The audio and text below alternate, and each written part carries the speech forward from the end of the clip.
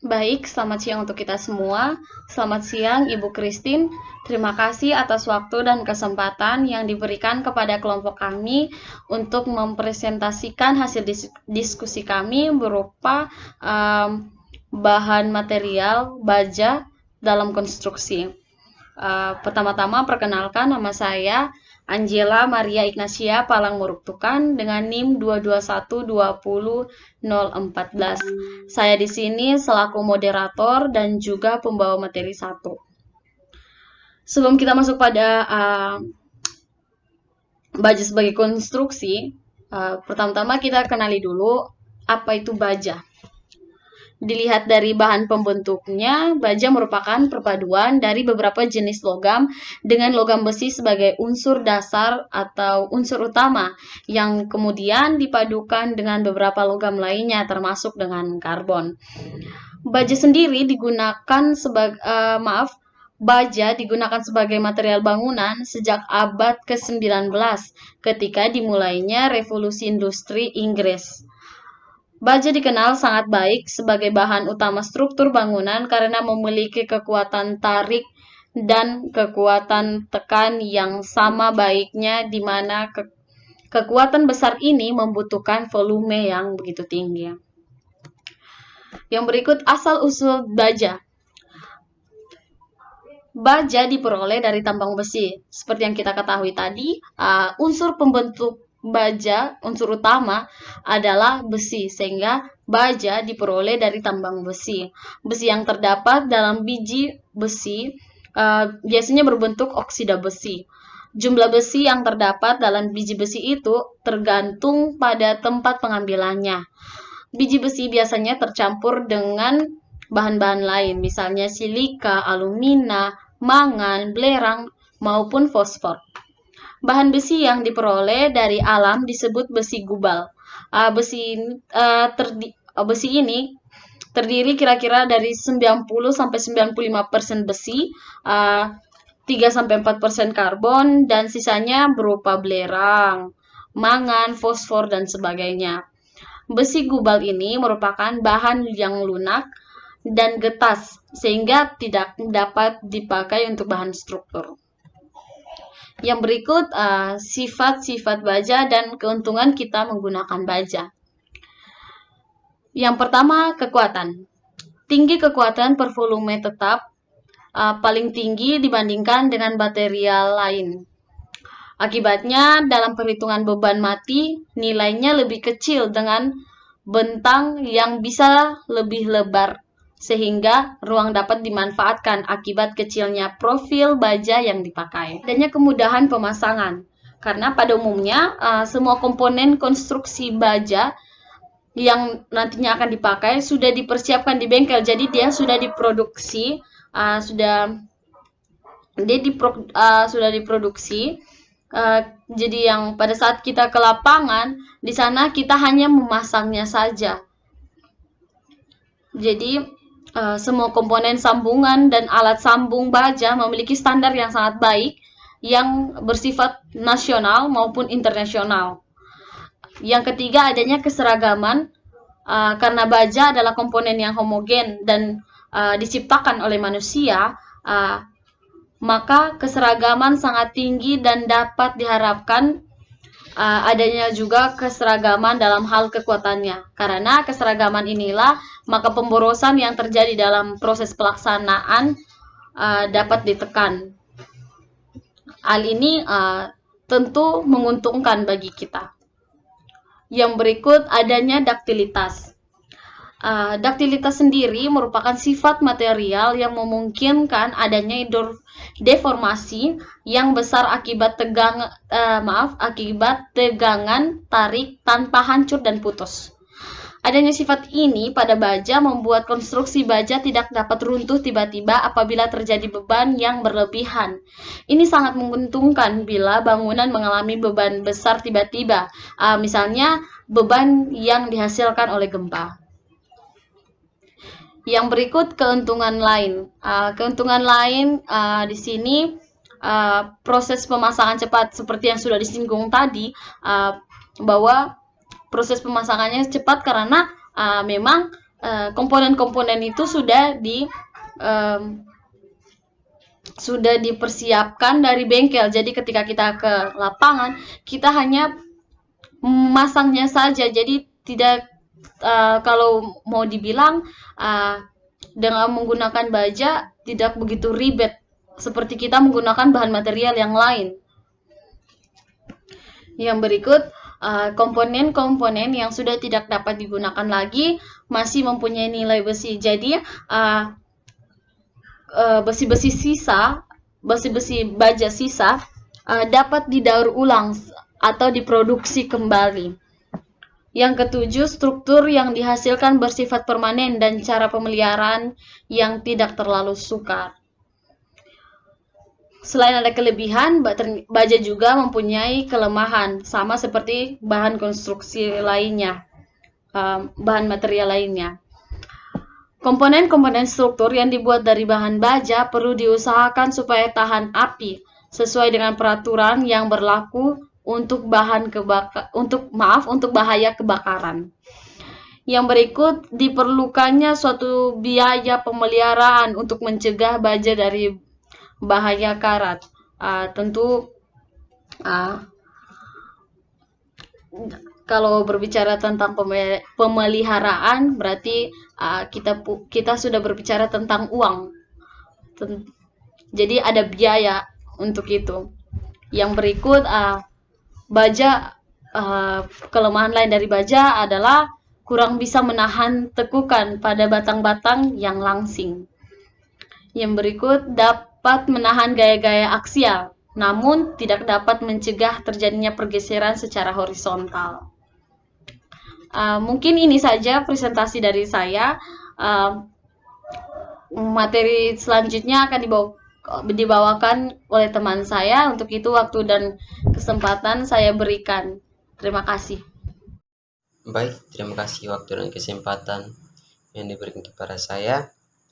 Perkenalkan, nama saya Frankie Bakulas dengan NIM 22120046.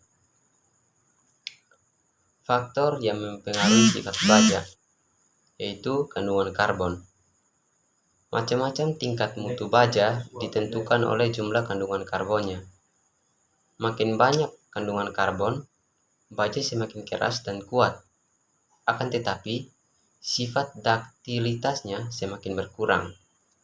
Berikut adalah sifat baja dengan kandungan karbonnya. Kurang dari 0,1% disebut dead steel. Antara 0,1% sampai 0,25% disebut baja lunak. Antara 0,25% sampai 0,7% disebut medium carbon steel. Antara 0,7% sampai 1,5% disebut high carbon steel.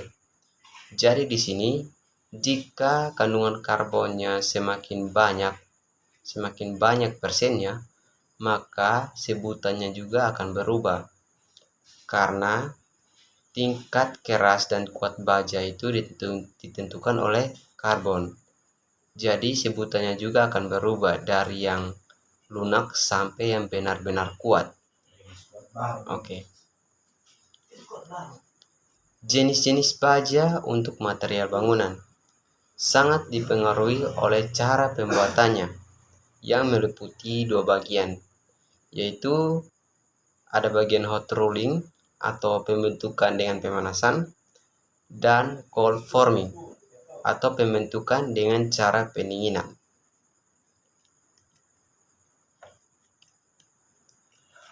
Untuk penjelasan di sini, yaitu hot rolling adalah proses di mana bongkahan baja yang masih menyala dikelilingkan di antara beberapa penggiling. Proses akhir penggilingan ini menentukan tebal penampang baja. Jenis penampang I dan H biasanya cocok untuk elemen balok dan kolom struktur. Jenis profil kanal dan siku cocok untuk elemen-elemen sekunder seperti pengaku atau tumpuan struktur. Jenis penampang lain seperti segi empat atau bundar yang berlubang digunakan untuk berbagai keperluan, mulai dari plat dan batang solid. Dimensi-dimensi setiap jenis profil ditentukan oleh produsen atau pabrik baja. Jadi segala jenis bentuk baja itu ditentukan oleh produsen atau pabrik baja, yaitu tergantung dari jenis pesanan yang akan kita minta ya. Yang kita minta pesanannya bajanya seperti apa, maka langsung saja ke pabriknya dan pabriknya akan memproduksi untuk kita. Oke, di sini ada proses kedua yaitu cold forming. Pada proses cold forming, lembaran baja tipis yang sudah dibengkokkan atau dilipat sehingga didapatkan profil yang diinginkan. Ketebalan elemen-elemen yang dihasilkan melalui proses ini lebih kecil sehingga kekuatan tekannya berkurang. Namun, dapat dihasilkan profil yang sulit untuk dikostumisasi. Dikostumisasi ini maksudnya dibentuk baja yang dibentuk itu sangat susah. Jadi, kalau kita menggunakan cold forming, maka segala jenis baja itu yang pertama kita membuatnya jadi tipis, jadi kecil, lalu kita bentuk. Jadi pada proses cold forming ini dihasilkan profil yang sulit atau dibentuk.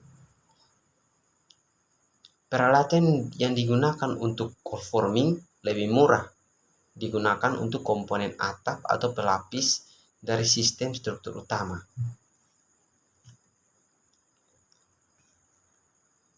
Di sini kita akan melihat beberapa macam struktur baja. Baja sendiri mempunyai beberapa tipe atau beberapa bagian.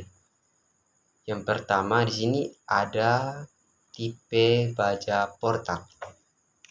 Baja portal merupakan struktur rangka utama dari gedung yang terdiri atas komponen-komponen balok dan kolom yang saling bertemu pada titik-titik simpul atau bohol dan berfungsi sebagai penahan beban dari gedung. Material baja sebagai tulangan yang mendukung beton bertulang akibat beban yang bekerja. Dan di sini ada tipe rangka bidang atau plain truss. Apa itu plain truss? Plain truss adalah elemen dasar sebuah segitiga yang terbentuk dari 3 batang rangka. Jadi segitiga yang terbentuk dari 3 batang rangka saling terkoneksi dengan sambungan pin di setiap ujungnya. Tumpuannya hal ini bertujuan untuk mengantisipasi deformasi akibat pembebanan maupun perubahan suhu. Jadi itu ada pengertian dari plain truss dan fungsinya plain truss atau rangka bidang.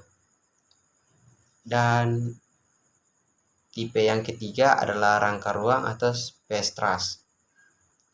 Apa itu space truss?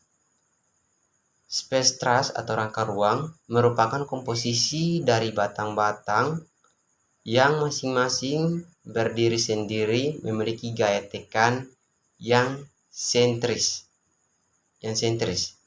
dan dikaitkan satu sama lain dengan sistem dalam 3 dimensi atau ruang.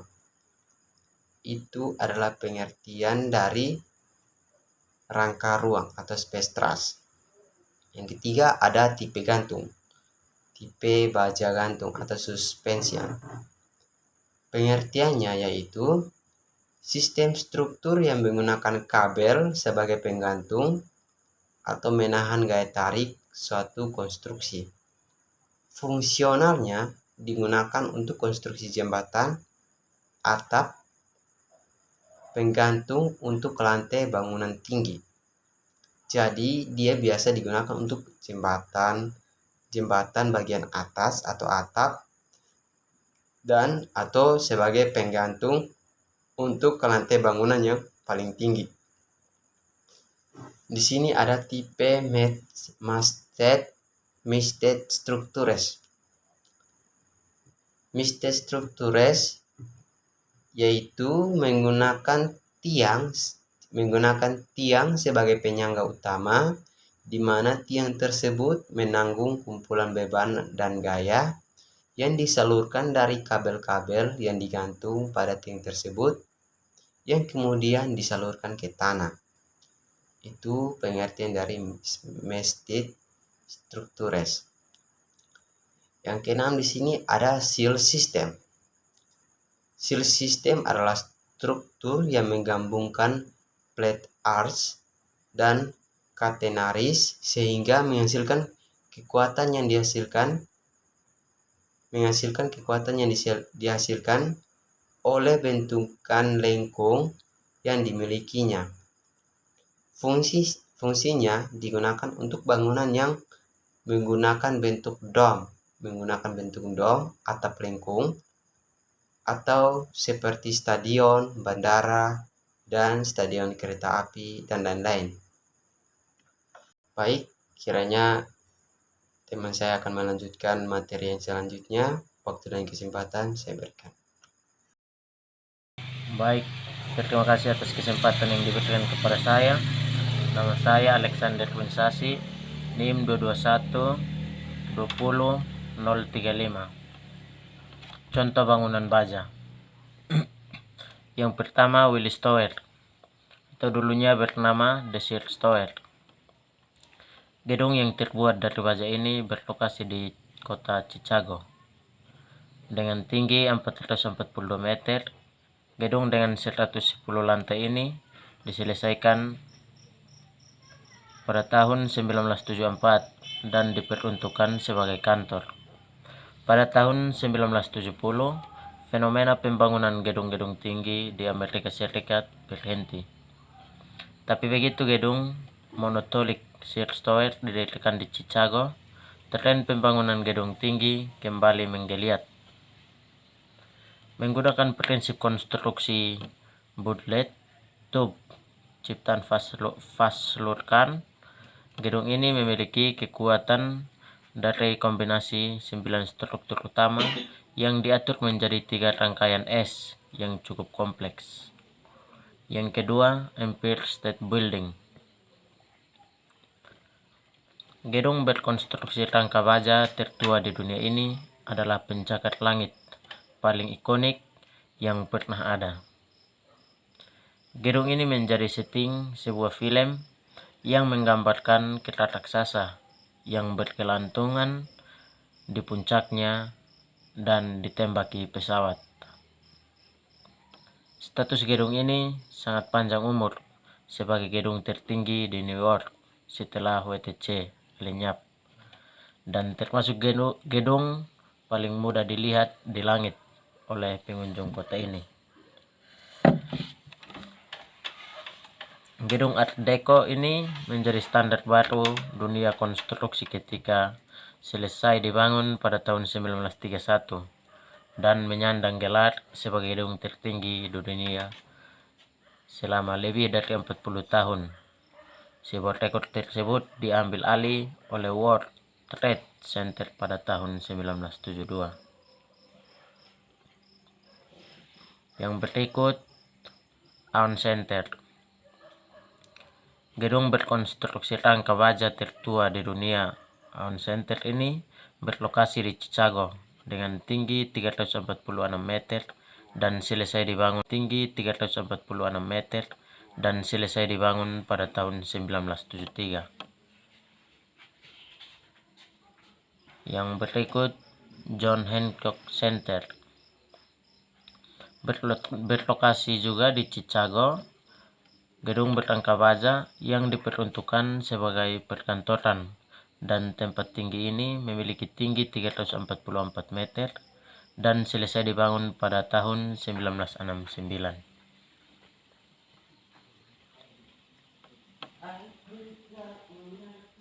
Yang berikut, The Chrysler Building.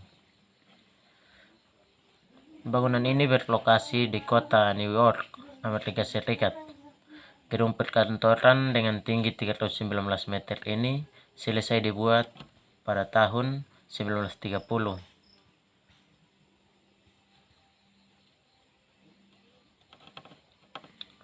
Yang berikut the US Bank Tower.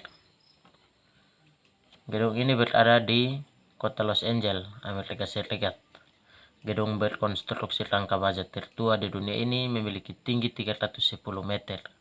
Selesai dibuat pada tahun 1990, gedung ini digunakan sebagai kantor. Yang berikut Menara Eiffel. Menara Eiffel merupakan sebuah menara besi yang dibangun di Champ de Mars di tepi sungai Seine, Paris. Menara ini telah menjadi ikon global Perancis dan salah satu struktur terkenal di dunia. Gedung ini dinamai sesuai nama perancangnya, Gustave Eiffel. Menara Eiffel adalah bangunan tertinggi di Paris dan salah satu struktur terkenal di dunia. Lebih dari 200.000 orang telah mengunjungi menara ini sejak pembangunannya tahun 1989, termasuk 6.719.200 orang tahun 2006, menjadikannya monumen berbayar yang paling banyak dikunjungi di dunia. Termasuk Athena setinggi 24 meter atau 79 kaki. Struktur ini memiliki tinggi 325 meter atau 1063 kaki sejak 2000. Setinggi 24 meter atau 79 kaki. Struktur ini memiliki tinggi 325 meter atau 1063 kaki sejak 2000, yang sama dengan bangunan konvensional tertinggi 81. Yang berikut Father Skyscraper. Gedung puncak langit pertama dibangun di Chicago, Amerika Serikat. Bangunan tersebut didirikan pada tahun 1884 sampai 1885. Seperti dilansir Guinness World Records, Rabu tanggal 6 November 2013.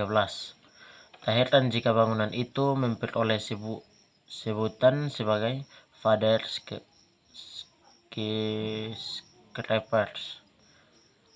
Bangunan setinggi 138 kaki itu merupakan gedung asuransi. Didesain oleh Major William LeBaron Jenney. Kerangka bangunan tersebut dari baja. Sementara itu, bagian eksteriornya sangat klasik karena dibuat dari material batu bata. Teknik bangunan itu sempat populer dan dinamakan Chicago Skeleton. Sayangnya bangunan itu terpaksa harus dihancurkan pada tahun 1931 dan digantikan oleh bangunan baru. Penghancuran bangunan itu berbarengan dengan rampungnya The Empire State Building di New York. Yang berikut macam-macam jenis profil baja yang sering digunakan dalam konstruksi bangunan di Indonesia. Struktur baja memiliki keuntungan yang dapat disimpulkan sebagai berikut. Yang pertama, dengan baja memungkinkan pengerjaan super cepat untuk membangun di lokasi, karena jenis perakitan lebih banyak dilakukan di pabrik. Yang kedua, baja fleksibel yang membuat konstruksi ini sangat baik, memiliki sifat dinamis atau berubah. Struktur bangunan yang mampu menolak seperti kekuatan angin atau gempa bumi. Yang berikut, berbagai bagian struktural siap pakai yang tersedia, seperti profil baja, C, dan bagian sudut. Yang berikut, baja dapat dibuat ke dalam berbagai macam bentuk dan jenis bahan lapisan. Yang berikut, berbagai macam metode penyambung tersedia seperti ditempa, pengelasan, dan lain-lain. Adapun kekurangan dari konstruksi baja. Yang pertama, salah satu kekurangan baja adalah cepat kehilangan kekuatannya dalam api. Pada 500 derajat Celcius atau 930 derajat Fahrenheit, baja bisa kehilangan hampir setengah dari kekuatannya. Inilah yang terjadi pada runtuhnya gedung World Trade Towers pada tahun 2001. Oleh karena itu, baja pada bangunan harus dilindungi dari aspek kebakaran atau suhu tinggi. Ini biasanya dilakukan dengan melapisi baja dengan bahan khusus yang dapat melindungi dari kebakaran. Selain itu, struktur baja juga memiliki kelemahan sebagai berikut. Baja dapat kehilangan kekuatan pada suhu tinggi dan rentan terhadap kebakaran. Yang berikut, baja rentan terhadap korosi di lingkungan lembab atau laut. Baja profil. Baja profil yaitu baja berupa batangan atau lonjoran dengan penampang berprofil dengan bentuk tertentu, dengan panjang pada umumnya 6 meter, namun dapat dipesan di pabrik dengan panjang sampai 15 meter. Baja lama terdapat profil INP, kanal, DIN, DIE, DIR, DIL, INP, setengah DIN, profil T, profil L, atau baja siku S sama kaki dan tidak sama kaki. Batang profil segi 4 sama sisi dan batang profil bulat. Juga daftar paku keling, baut, dan las. Sedangkan daftar baja yang baru, profil INP, DIN, DIE, DIR, DIL, setengah INP, DIN, batang profil segi 4 sama sisi, batang profil bulat, daftar paku keling, baut, dan las tidak ada. Yang ada adalah profil WF, like beam and joints, havering pills, struktural tis, profil kanal, profil siku atau sama kaki dan tidak sama kaki, daftar faktor tekuk, like lip cancel, like channel, hollow structural tubings, atau profil tabung segi 4. Sambungan tikular, hollow section, profil tabungan bulat, serta tabel-tabel pelengkap lainnya. Kedua daftar baja tersebut di atas masih tetap digunakan kedua-keduanya karena saling melengkapi satu sama lain. Untuk memahami profil-profil baja secara lebih mendetail maka dipelajarilah dari berbagai sumber. Yang ketiga, baja beton yaitu baja yang digunakan untuk penulangan atau pembesian beton. Untuk konstruksi beton, pada umumnya berbentuk batangan atau lonjoran dengan berbagai macam ukuran diameter. Panjang 12 meter, terdapat baja tulangan berpenampang bulat polos, juga baja tulangan yang diprofilkan. Macam-macam profil baja. Yang pertama, baja valent atau IWV. WV biasa digunakan untuk balok kolom, tiang, pancang, top, dan beton core member pada trus. Composite beam atau kolom, cantilever, konipi. Istilah lain IWV, WV, H, PN, UB, UC, balok H, balok 1, balok I, balok W. Yang kedua, baja UNP atau dikenal dengan U. Penggunaan UNP hampir sama dengan WV.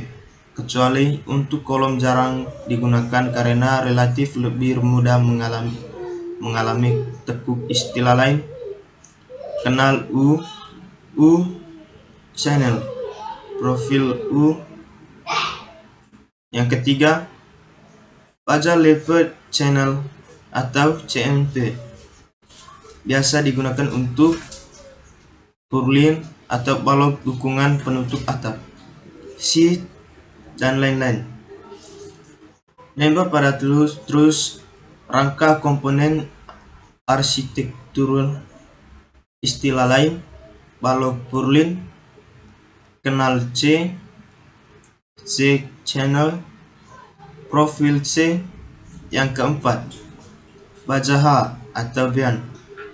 H-bian biasa digunakan untuk balok kolom, tiang pancang, top, dan beton core nembak pada terus komposisi bian atau kolom, cantilever, kanopi, dan lain-lain.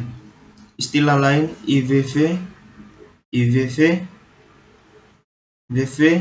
H-bian, UB, UC, balok H, balok I, balok W. Pelat baja datang dengan berbagai standar ukuran dan tingkatan untuk memenuhi persyaratan Anda untuk penggunaan secara langsung di roll atau fabrikasi. Semua penggunaan: pembuatan tangki, pelat lambung kapal, dan lainnya. Besi siku, lubang, dan besi siku biasa. Besi siku berbentuk siku sama-sama kaki yang digunakan untuk mengembang penggunaan umum dengan ukuran mulai 50 mm sampai 250 mm. Besi siku lubang dapat digunakan untuk rak, lemari, sandaran buku, dan lain-lain. Sedangkan dengan tipe yang tersedia adalah equal angle dan angle. Besi siku kami diproduksi dengan standar kualitas yang tinggi untuk memenuhi kebutuhan regional maupun internasional. Yang ketujuh, steel pipe. Penggunaan breaking horizontal dan vertikal. Secorday band biasanya pada rangkaian berbentuk yang silinder mempunyai nilai artistik. Istilah lain, steel tube, pipa. Yang ke-8, baja T-beam atau hot rail. Sebuah T-beam digunakan dalam konstruksi adalah sebuah struktur load bearing logam yang berbentuk penampang T. Bagian atas T penampang berfungsi sebagai flank melawan tegangan tekan, sedangkan web dari balok di bawah flank berfungsi untuk melawan tegangan tarik dan untuk menyediakan pemisahan tekanan dari tekuntar untuk penggunaan balok lantai, balok cantilever, konipi. Istilah lain, balok T. Macam-macam pelat baja. Baja pelat yaitu baja berupa pelat tarik, pelat lembaran, maupun pelat strip dengan tebal antara 3 mm sampai dengan 60 mm. Baja pelat lembaran terdapat dengan lebar antara 150 mm, sedangkan dengan 4300 mm dengan panjang 3 sampai dengan 6 meter.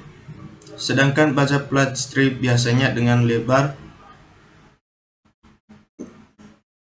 600 mm dengan panjang 3 sampai dengan 6 meter. Permukaan baja plat ada yang polos, ada yang bermotif dengan berbagai bentuk motif. Namun, untuk keperluan konstruksi dengan adanya umum digunakan baja plat yang polos rata dengan lebar dapat dipotong sendiri sesuai dengan kebutuhan berdasarkan sifat permukaan. Yang pertama, plat datar. Plat datar bermotif timbul berlubang-lubang. Yang kedua, plat lengkung. Lengkung pendek, lengkung tinggi, lengkung khusus. Batang tarik pada konstruksi baja. Batang tarik didefinisikan sebagai batang-batang dari struktur yang dapat menahan pembebanan tarik yang bekerja searah dengan seumumnya. Batang tarik umumnya terdapat pada struktur baja sebagai batang elemen struktur penggantung, rangka batang atau jembatan, dan atap dan menara. Selain itu, batang tarik sering berupa batang sekunder seperti batang untuk pengangku sistem lantai, rangka batang, atau untuk penumpu antara sistem dinding berusuk. Batang tarik dapat berbentuk profil tunggal ataupun variasi bentuk dari susunan profil tunggal. Bentuk penampang yang digunakan untuk lain bulat, plat strip, plat persegi, baja siku dan siku ganda. Kanal dan kanal ganda, profil VV, A, I, ataupun box dari susunan profil tunggal. Secara umum, pemakaian profil tunggal akan lebih ekonomis. Namun, penampang tersusun diperlukan bila kapasitas tarik profil tunggal dari memenuhi kekuatan profil tunggal tidak memadai karena kelangsingannya. Pengaruh gabungan dari lenturan dan tarikan membutuhkan kekuatan lentera yang lebih besar. Detail sambungan memerlukan penampang tertentu. Faktor estetika.